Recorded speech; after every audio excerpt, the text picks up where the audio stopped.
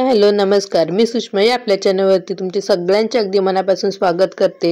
आज आपण blouse पीसची border वापरून अगदी 5 ते 10 मिनिटात कशी डिझाइन करू शकतो हे पाहणार आहोत। कधी कधी आपल्याला 30 डिझाइन बनवून कंटाळा आलेला असतो किंवा आपल्याला काहीतरी नवीन डिझाइन बनवायची असते आणि अगदी आपल्याला झटपट बनवायची असते। अशा वेळी तुम्ही हा डिझाइनचा नक्कीच विचार करू शकता। इथे मी ब्लाउजची पाठीमागची बाजू घेतलेली आहे आणि त्याच्यावरती कॅनव्हास ठेवून कॅनव्हासवरती गोल शेप देऊन घेतलेला आहे। अगोदर आपण आता ही बॉर्डर घ्यायची आहे आणि ती बॉर्डर रुंदीला आणि लांबीला किती आहे ते मोजून घ्यायचं आहे, जेणेकरून आपण जी डिझाइन करतो ती त्या बॉर्डरवरती बसेल की नाही ह्या गोष्टीचा विचार करायचा आहे। त्यानंतरच आपण पुढची कटिंग करायची आहे। आपली बॉर्डर रुंदीला जास्त आहे त्यामुळे मी इथे 2.25 इंच घेतलेला आहे। तुमची बॉर्डर रुंदीला कमी असेल तर तुम्ही 1 इंच किंवा 1.5 इंच घेतलं तरी चालेल। आपण वरच्या साईडून सगळीकडून सेम अंतर घ्यायचं आहे। मी वरच्या साईडून सगळीकडून 2.25 अशा पद्धतीने अंतर घेतलेलं आहे।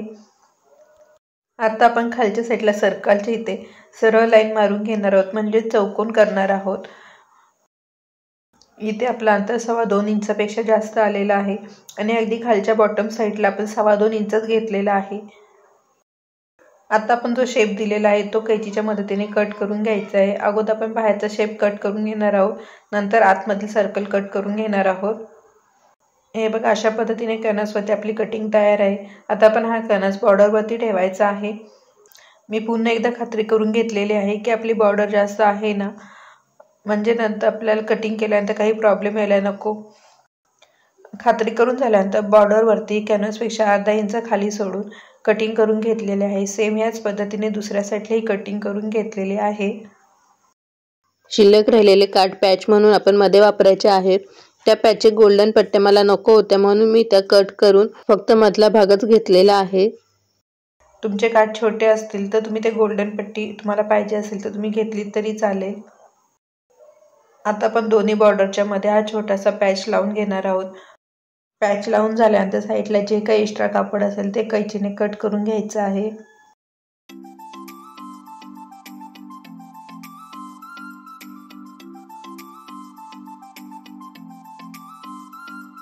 आता आपण काठ उलट ठेवायचे आहेत आणि त्यावरती कॅनव्हास ठेवायचा आहे आणि त्यावरती शिलाई मारून घ्यायची आहे।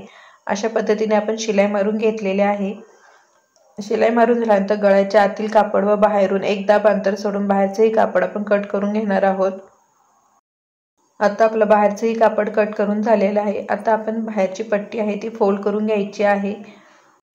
हे बघा, अशा पद्धतीने आपण बाहेरून सगळीकडून पट्टी फोल्ड करून घ्यायची आहे।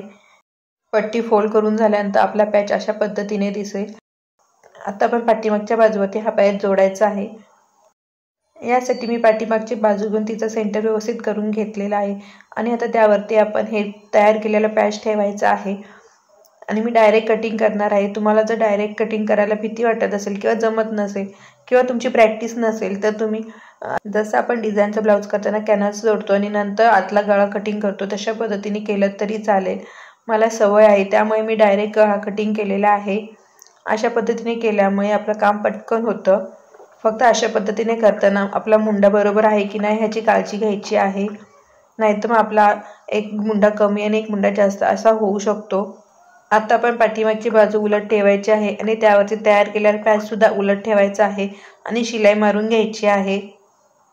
मग आपली अशा पद्धतीने आता शिलाई मारून झालेली आहे। शिलाई मारून झाल्यानंतर आपण जिथे सर्कल आहे तिथे छोटे छोटे कट देणार आहोत। सर्कलला छोटे छोटे कट देऊन झाल्यानंतर हा पॅच बाहेरच्या साईडला पलटी करायचा आहे। मी दर मंगळवारी व शुक्रवारी असे शिलाई रिलेटेड व्हिडिओ बनवत असते। तुम्हाला जर शिलाई कामामध्ये इंटरेस्ट असेल तर प्लीज आपल्या या चॅनलला सबस्क्राईब करून आपल्या या फॅमिलीमध्ये सहभागी व्हा। आपला पॅच सगळीकडून पलटी करून झाल्यानंतर दोन्ही साईडून आपण शिलाई मारून घ्यायची आहे। तुम्हाला पाहिजे असेल तर दोन्ही साईडून लेस लावली तरी चालेल किंवा एका साईडला लेस लावली तरी चालेल किंवा नाही लावली तरी चालेल, असाही ब्लाऊज खूप छान दिसेल। बघितलं ना, अगदी 5 ते 10 मिनिटात आपली ब्लाऊजची डिझाईन तयार आहे आणि अगदी साधी सोपी पद्धत आहे। तर ही डिझाईन तुम्हाला कशी वाटते हे कमेंट करून मला नक्की सांगा। व्हिडिओ पूर्ण बघितल्याबद्दल धन्यवाद। पुन्हा भेटूया अशा छानशा व्हिडिओमध्ये। तोपर्यंत बाय आणि टेक केअर।